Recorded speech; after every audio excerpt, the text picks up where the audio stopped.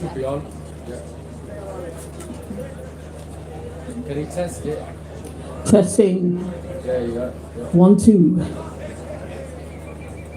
Yeah. All good. Okay. Thank you for having me today. It's fantastic to be here in the sunshine in Leicestershire. Right, can everyone see me? I can just about see you all sitting out on the grass there in the sunshine. Can we just have a quick show of hands? Who here doesn't like politics? And who here doesn't want to be the Prime Minister? No, don't want to be the Prime Minister. Great. And who here is Cath Evens, leader of Freedom Alliance? Oh, I was hoping there'd only be one of us. Well, that would be me. You might be wondering then why I'm a leader of a political party. I've never aspired to be a politician. I've never had any designs on carving a career in politics. I'm not interested in the kudos, the money, business opportunities, or any protection it could bring. Many are, but not me. So, why am I here then? A single mum who gardens for a living? What possible reason do I have? Well, it's quite simple. No one is coming to save us. My story began 5 years ago when my quiet, TV-free, social media-free, politically homeless life was rudely interrupted by a virus in China. The news filled with people dying, wet markets and bats, Trump flinging accusations about, and the media tracked its progress across Europe and into the UK. As the head count rose and ludicrous lockdowns ensued, something crazy seemed to happen. Everyone became an authority on COVID, what it was, and where it came from, and what we should all do. That one and only narrative peddled by the mainstream media, amplified 1,000,000 times by everyone who swallowed it. I seriously began to doubt my sanity. Either everyone else in the country had gone mad, or I had. Surely our civil liberties were being attacked. The media weren't telling the truth. Something else was at play. I desperately needed to find others that agreed with me. Now, have you heard of the butterfly effect? That's where one tiny, insignificant action can trigger huge and unpredicted effects on complex systems later on. I can pinpoint my butterfly flapping its wings moment. I came across a white rose sticker on a bus stop, and it read, "Your TV is brainwashing you." Well, I knew that. That's why I didn't have a TV. But crucially, I now knew that other people thought that too. And maybe, just maybe, there were other things we would agree on. Now, I didn't do social media. I'd never heard of Telegram, so what followed was a baptism of fire. But I had to learn fast and act fast as more government overreach, lockdowns, development of oversold and undertested treatments and mandates followed. I discovered a protest march in London against the lockdowns and the mandates, and I went down apprehensive because I didn't know it was just going to be me and a few weirdos and a dog. But I found people, thousands and thousands of people, many organised and given out leaflets. I'd found my family. Back home, I founded a stand in the park in my area, and I discovered the light paper, and a world of protest marches, resistance and rebellion opened up. I loved it. And I say that with hindsight, for they were dark days. The pressure was on. I engaged with as many grassroots groups and individuals as I could. The Liverpool People's Resistance, yay! Together, British Lines for Freedom, NHS 100k and more. Getting the general public to wake up and act was paramount. There was no political party in Parliament fighting for our rights and freedoms. We had to do it ourselves. I came across Freedom Alliance watching an online debate. I was gobsmacked. Here was a political party that was created by grassroots activists specifically to fight against government and corporate overreach, the lockdowns, the mandates, and other coercive measures. They knew that protesting in the streets wasn't enough. We need to take our protest to the ballot box. They were so different. Nothing like the mainstream. No wealthy sponsors. No payoffs or orders from corporate masters. Not even about left versus right, but what was right for the people and what's wrong with the system. They were not afraid to speak out against the narrative and say what was unpopular. They were all volunteers, just ordinary people, just like you and me. So I became a member of the party, not something I'd ever done before, and I had no idea what to expect. Soon after, a member was standing in a by-election in a neighbouring county, and I jumped at the chance to support him with his leafleting and canvassing, if he could just get one of those bastards out.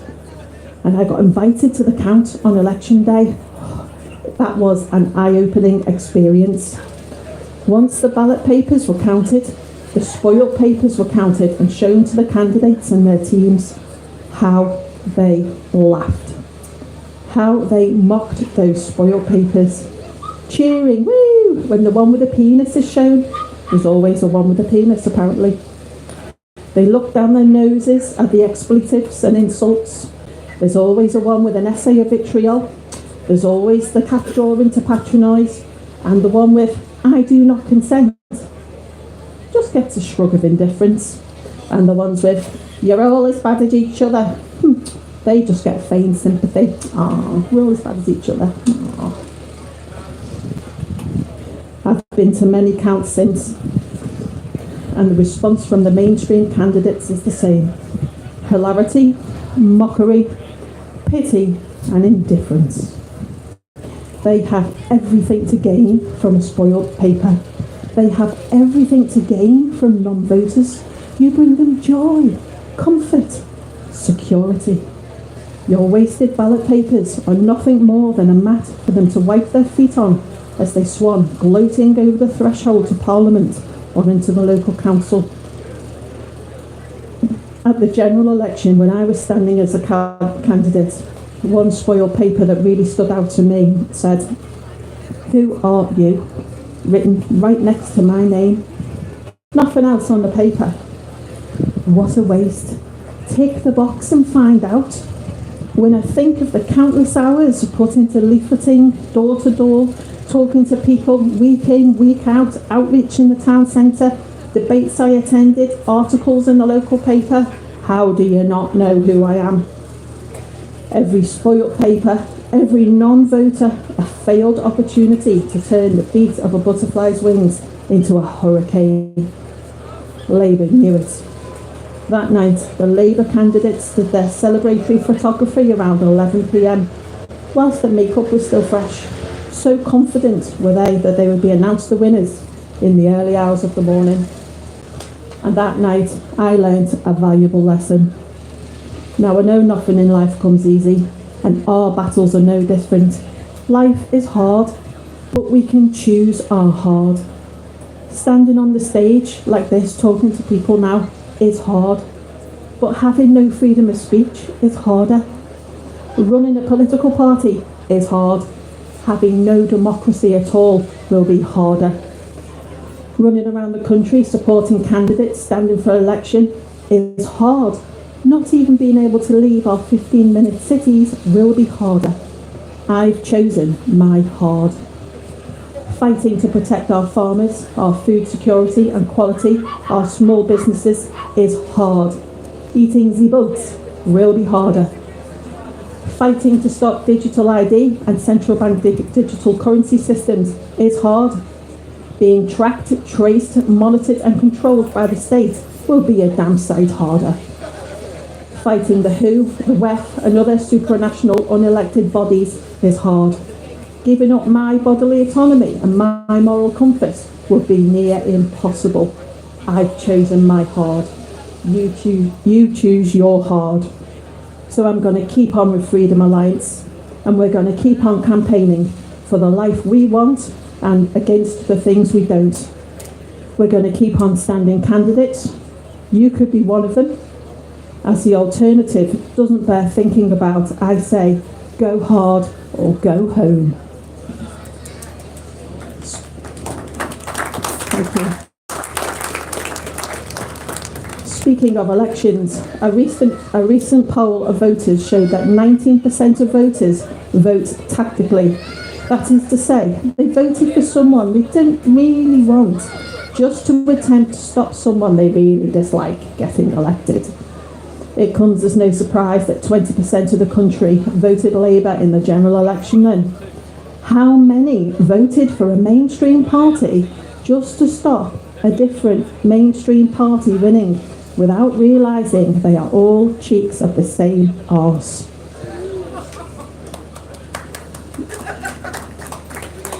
We live in times where there's a huge increase in online campaigning groups and social media influencers seeking to affect our voting habits. What has traditionally been a left-wing activity to damage the Conservatives is increasingly being used across other vested interests, including discouraging casting any vote at all or spoiling your ballot paper. It may not always be apparent, but their aim is to serve a crippling blow to a particular party or side. They use a range of tactics, but dividing people into broad coalitions or groups is highly effective. For example, labelling ideologies or actions as right-wing or far-right, nationalism, communism, conspiracy theorists, anti-vaxxers. I'm sure we've all heard of them. There's no clear picture of the reasons why an individual votes, but patterns do emerge. Habit, punishment, support, confidence. Habit. Now, we all know someone who's been voting Labour since their granddad was a boy. Punishment. We all know people who are so unhappy with Brexit or the latest war or lies and corruption that's been uncovered that they voted to punish the party or the MP that was responsible. Support. I'm fortunate to know many people that support Freedom Alliance based on our shared values, our manifesto, and the actions of the leadership team in campaigning. Confidence. This is essentially gambling. Tactical voting by taking risks based on perceptions of a party or a competitor party and their likelihood of winning. A recent YouGov poll, if you believe them, suggests more people on the left would vote tactically simply to keep reform out. This is deliberate to keep the voters choosing between the mainstream parties, the same bought and paid for parties, where the same puppeteers will be pulling the same strings. They do not want the smaller, uncorrupted, people-led parties like us getting a look in.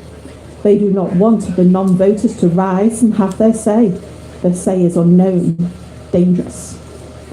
Approximately half the population is silent on who governs the UK.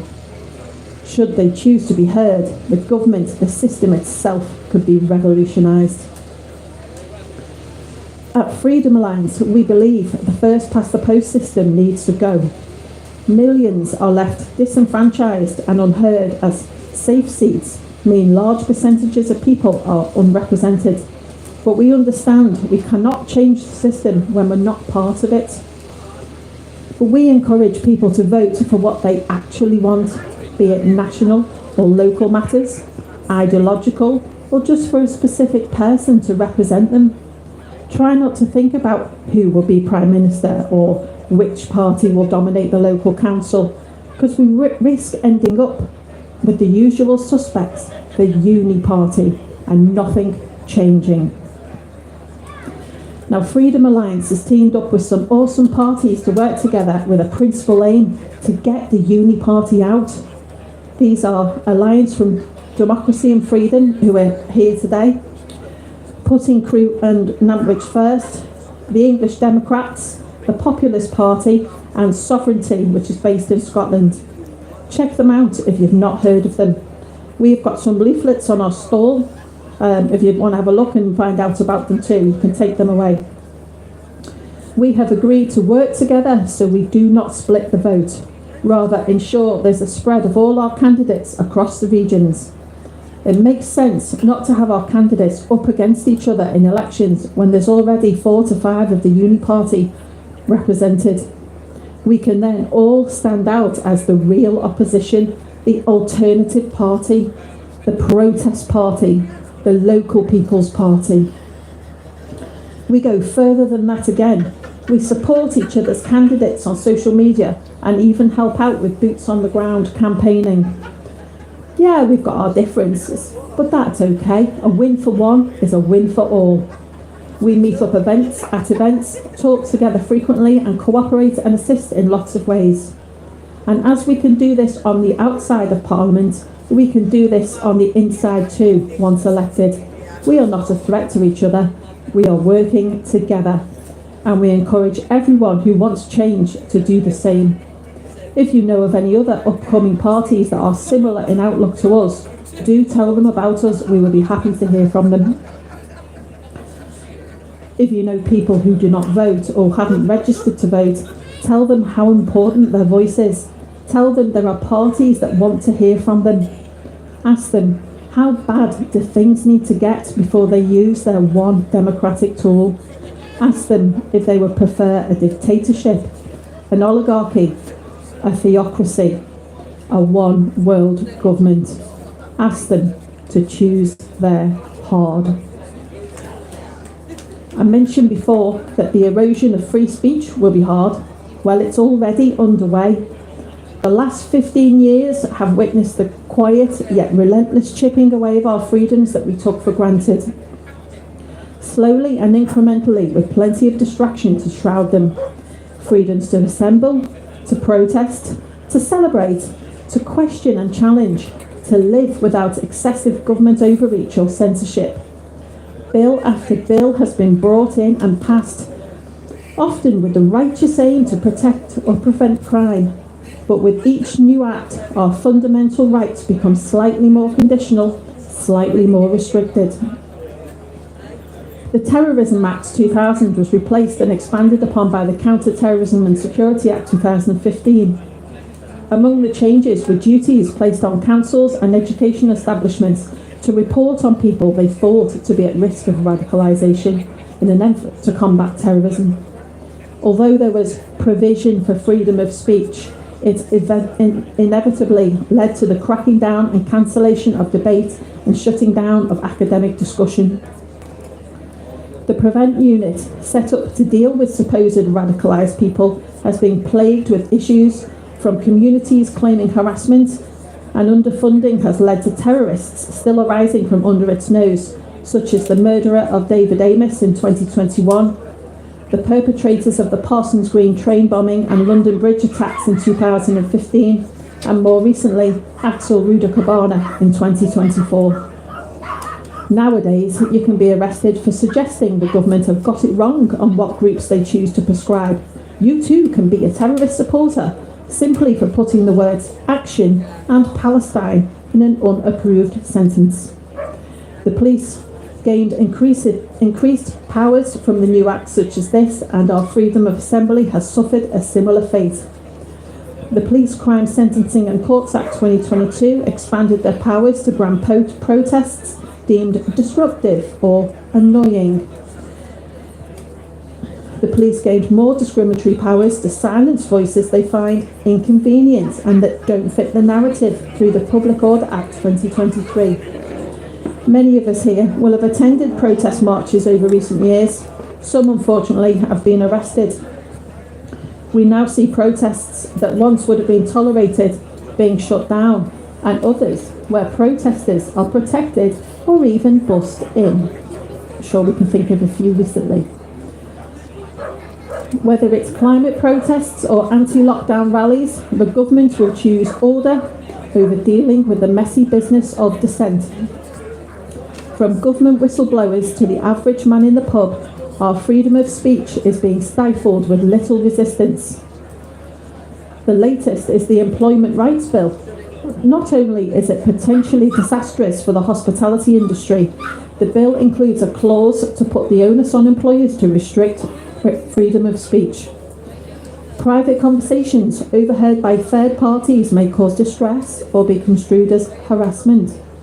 Banter bouncers will be needed to monitor and report on your inappropriate banter. Whether it's a private conversation in a pub, a WhatsApp group, or anywhere on the internet, there's a law to surveil, repress, censor, or criminalise you. In Scotland, the Hate Crime Act extends to anything perceived to stir up hate, including comedy, being a new crime punishable by up to 7 years in jail. That itself is a joke, isn't it? Across the UK, we have the new non-crime hate incidents, supposedly designed to monitor community tensions and magically prevent a descent into criminal behaviour. In reality, any incident at all that is perceived to be a hostility, even if there is no victim, can still be recorded as a non-crime hate incident by the police. Across the media, we are constantly reminded of perpetrators of these heinous crimes under these laws. Lucy Connolly, Alison Pearson, Monty Toms, a Christian praying in the street. The list goes on. The Online Safety Act came into being last week, again on the surface to protect the young and vulnerable, in reality turning the internet into one of the most heavily regulated places. From porn to protests, so much is now censored that many are turning to VPNs to bypass the rules. As many of us experienced during the COVID era, free speech around vaccine harms and abuses of our human rights was almost censored out of existence, and that was without such legislation. Platforms banned and removed content as they wished, and now they're under a duty to do so or risk heavy fines. It's on them to decide what is harmful. It could be anything from legitimate speech, satire, criticism, and all protest swept away alongside genuinely dangerous material. The Investigative Powers Act 2016 gave the government sweeping new abilities to swoop in on our browsing history, our emails and other communications and collect data on us. We see greater surveillance on the public and more cameras in shops and being used by the police on the high street. When surveillance becomes routine, privacy ceases to be a right and becomes a privilege that can be revoked at any time. Then there's the Data Use and Access Act, another quiet slippage, another incremental step. This could enable mass surveillance, a national ID network, AI decision making without appeal, your data shared without your consent, making us all more controllable. The Digital Services Act, meanwhile, gives authorities new tools to demand the removal of content and the identification of anonymous users. This strikes at the heart of online privacy and anonymity, both of which are essential for whistleblowers, activists and ordinary citizens who want to speak out without fear of retaliation. When you know you could be identified and prosecuted for what you say online, you think twice before you speak at all. Taken all together, these laws create a society in which government and powerful corporations act as the ultimate arbiters of what can be said, what can be seen, and who can speak. The chilling effect is real. People will self-censor, avoid protests, keep their heads down, not because they're criminals, because they will fear the risks of standing out. What will they throw at us next? When does it all stop?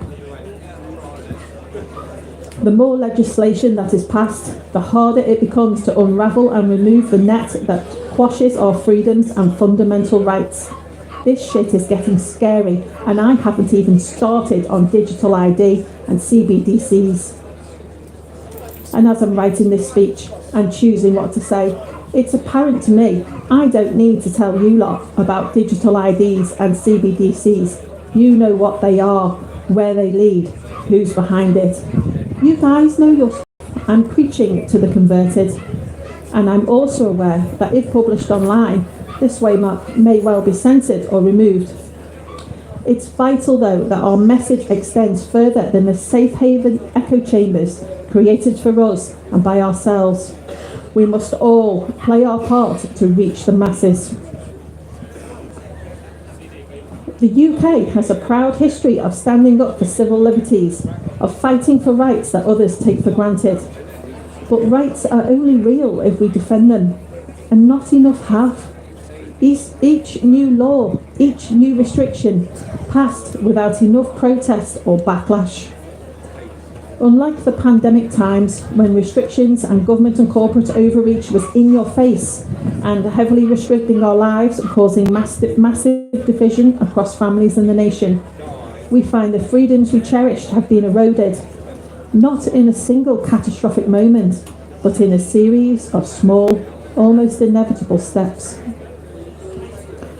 Do the population at large not value their freedoms and rights?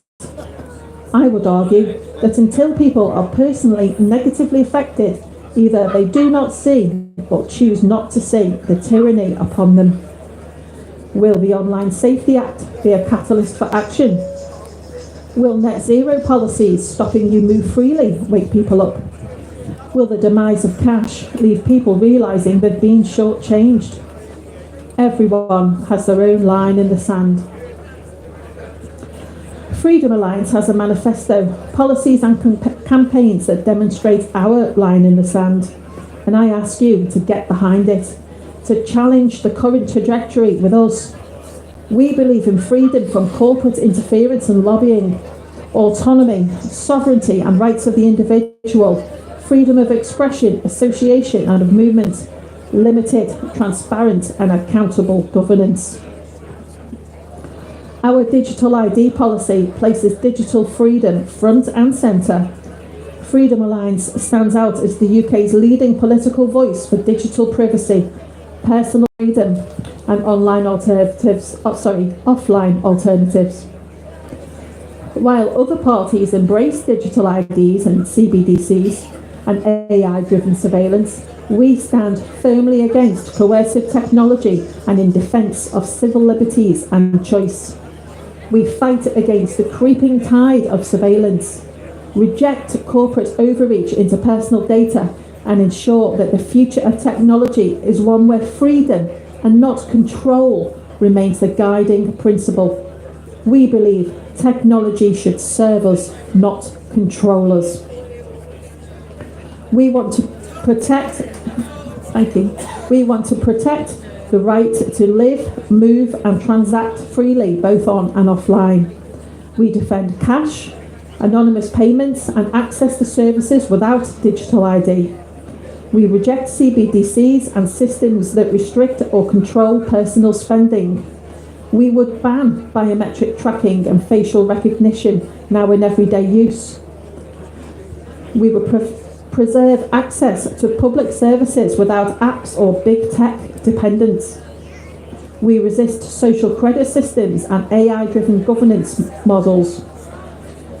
We fought against vaccine passports and we will fight again against the BRIC card or indeed any mandatory digital ID that would make us all reliant on a pass to go about our daily lives. Our commitment to using cash can be demonstrated by how we conduct ourselves. We accept cash memberships, so if you want to see us on our stall, you can become a member today for a tenner. We promote the use of cash. We have leaflets and posters you can take away and share in and around your local shops. We demand a future where tech serves the people, not the state or the corporations. This is not a fringe issue. This is the core freedom fight of the 21st century. We want you to protect your right to think, speak, move and live without digital coercion, without any coercion. We would withdraw from the supranational organisations such as the World Health Organization, the UN, the WEF. We have campaigned against giving up our sovereignty to the WHO. Unfortunately, yet more IHR regulations have been agreed to. We campaign against net zero policies. Our position reflected in our farming and agricultural policy, transport policy and others. The climate change scam, weaponised worries over environmental concerns, is yet another tool to monitor and control us. We campaigned against the Climate and Nature Bill. We campaign against everything they throw at us, but we must compel others to action if we are to achieve our goals. I get it. I get the apathy, the disinterest in politics. The way it's portrayed, let's face it, it's a bit of a turn-off. What's the point, people say? Politicians don't take any interest in us. You see them on the telly with their dry, boring voices, their samey, slimy words, their samey, shiny suits, the same indifference to people they've got nothing in common with, their disingenuous, self-serving, backstabbing gamesmanship, their right honourable beige waffle, vagueness and lies, their puppet facades with their strings pulled by shadowy billionaires, technocrats, the markets, the web. There's not much to like. But it doesn't have to be this way. Challenge these laws, challenge these people, challenge the system itself. Our inaction is their strength. Our own apathy and distrust is weaponised against us. Speak out, organise, act. Let's create a political area that matters, that we value, that works for us, not them. Apparently, it takes around 3.5% of a population to instigate and achieve change. This has been shown around the world through time. That's 3.5% of a population who didn't wait to be saved. 3.5% who chose their heart together. One of the most difficult things to do as a leader is to inspire others to follow. What can we say to encourage people to switch from unawake to awake and from passively awake to action? Parties like ours, campaign groups, lobbyists, we are all nothing unless we transmit a message and energy that is a catalyst for action. We are not here to entertain you. Me, Tech, Bridget, Fiona, we are not the movement that's going to revolutionise. You are. When we call for action, we are not generalising or chewing the fat. We are speaking directly to each and every individual who listens. From our hearts and minds to yours, we are living proof that ordinary people can do extraordinary things. We are you. You can be us. And collectively, we can win back our freedoms. Thank you for listening.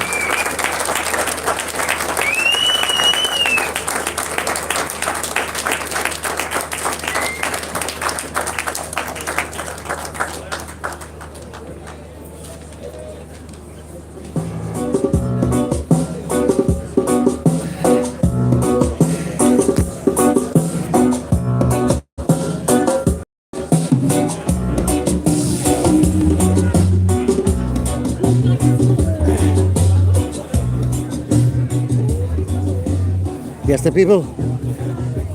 Cath Evens there. Freedom Alliance. Lovely day today. Hope you enjoyed Cath's speech. Gonna go live again tomorrow. Got Moon Juice playing from Liverpool.